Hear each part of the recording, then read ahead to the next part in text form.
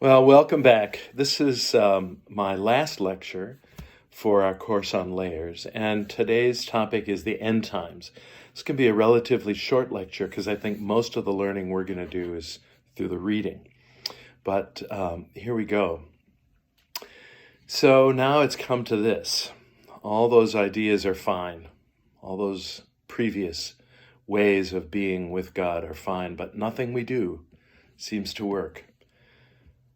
So going back through the layers, through the theories of where God is and what God wants, let's figure out what we missed, because here come the Persians, here come the Greeks, here come the Maccabees, and we'll finally get our independence, and there go the Maccabees. They're gone. Here come the Romans. Today we're looking at the latest layer of the Hebrew Bible. Some Jews didn't think that the end time books belonged in the Bible at all. Daniel, well, it was a book for the crazies. It wasn't for practical, down-to-earth Jews who were trying to survive.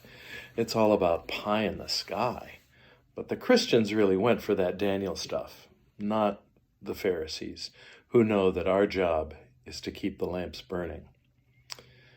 This last significant layer before the table of contents of the Jewish Bible got decided, and the layering of the Bible was stopped. By about 200 or 300 CE, there were two kinds of Jews. Number one, the majority spread throughout the pagan Roman Empire, but they were united by their study of Torah and prophets and wisdom. And number two was the minority, at least at first, the Jesus people, who were increasingly not really Jewish. They kept to the Torah as the early church understood it. They suffered increasing persecution, and they turned more and more away from Jerusalem as they became increasingly a Greek movement. Judaism's in these latter days, as the Bible was being assembled, could be found all over the known world, the couple of hundred years before and after Christ. For one, you could find the Egyptian diaspora. They even had their own temple in Africa, and they did not yet have a Bible. Second were the Samaritans, who were descended from the left-behind remnant. They had the Torah only. They didn't deal with prophets. They didn't deal with the writings like Proverbs and the Psalms. And their holy mountain was at Shechem. They called it Mount Gerizim. It's kind of in the north of what we call the state of Israel. A third group were returnees to Israel, coming back from Babylon, and they had what we would begin to recognize as biblical Judaism, a more portable religion rather than a temple-based one. Then in Alexandria, and the Africa that I was talking about before was moving further and further south toward Ethiopia, the Alexandrian Jews were very Greek, and in fact, they were the ones responsible for the translation into Greek language and creating kind of a canon or an official table of contents of the Bible known as the Septuagint.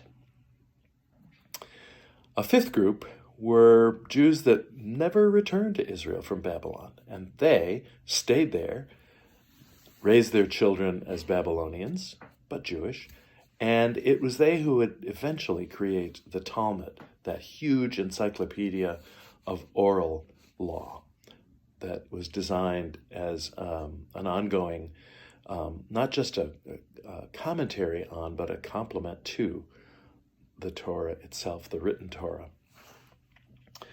Meanwhile, back in Israel, the Maccabees combined some of the non-deported Jews who wanted an independent state.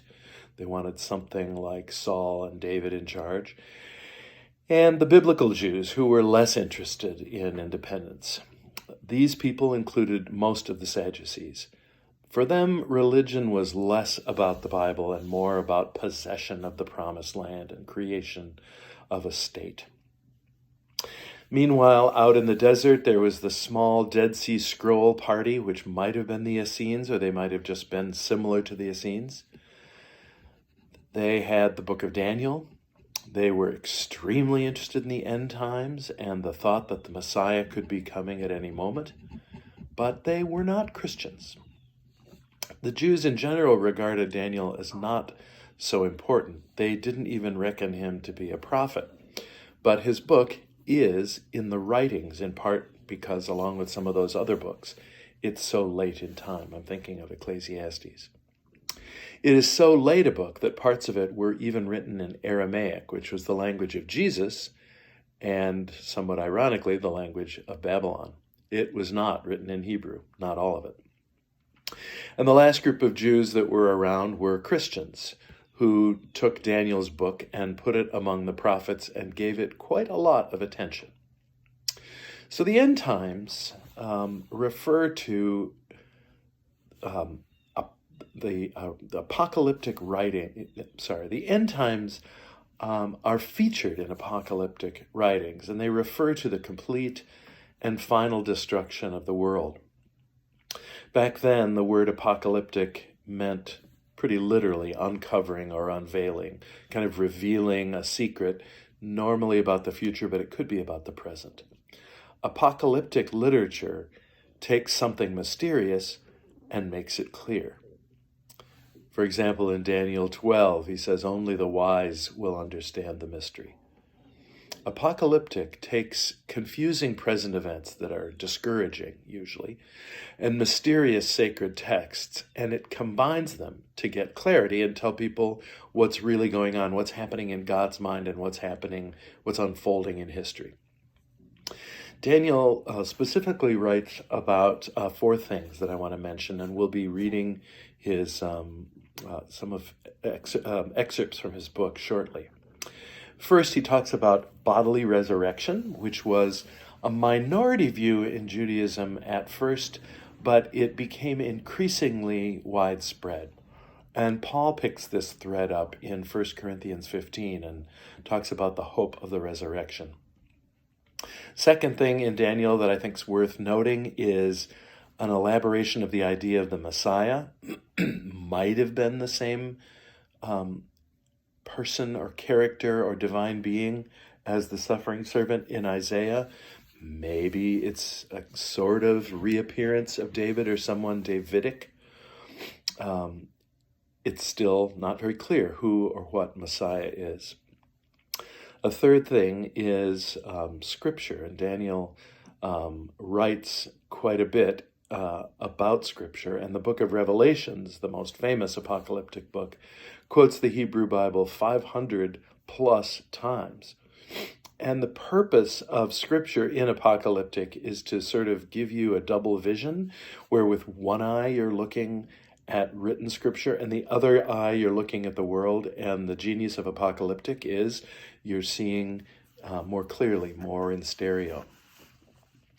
And fourth, these books, although sometimes in code, were a strategy for resistance against the empire, or one could say empires, because, as I said, the empires just keep coming and replacing one another. The book of Daniel starts out with the cream of Jewish exiles in Babylon. They have new names, they have a new language, they're eating different food. And Daniel proposes that his guys eat vegetarian and drink water rather than go completely local. And it works. They're healthy and they're strong, and they're also not violating the Torah. And Daniel and his friends get choice positions in the royal court. Kugel, in his chapter on Daniel that you're going to read, does a great job of describing them. There are other books that should be considered apocalyptic, at least in part. Enoch, Baruch, Maccabees, and they don't make it into the Hebrew Bible, not the Septuagint nor the Hebrew version. For Christians, from some Christians anyway, they are in the Bible, but in a special section called the Apocrypha. Orthodox and Catholics included. It's kind of an also-ran section. Protestants, beginning with Martin Luther, leave it out. And the Jews have always left it out, left those books out as well. The last little bit of apocalyptic literature that I want to mention is the section in Mark 13 that you're going to read. It's known as the Little Apocalypse. And there's a parallel to it in Mark 24 and 5 and in Luke 21.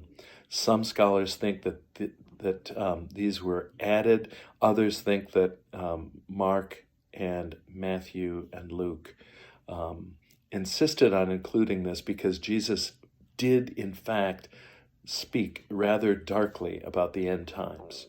And they wanted to be sure that, in addition to all of his other messages, was included.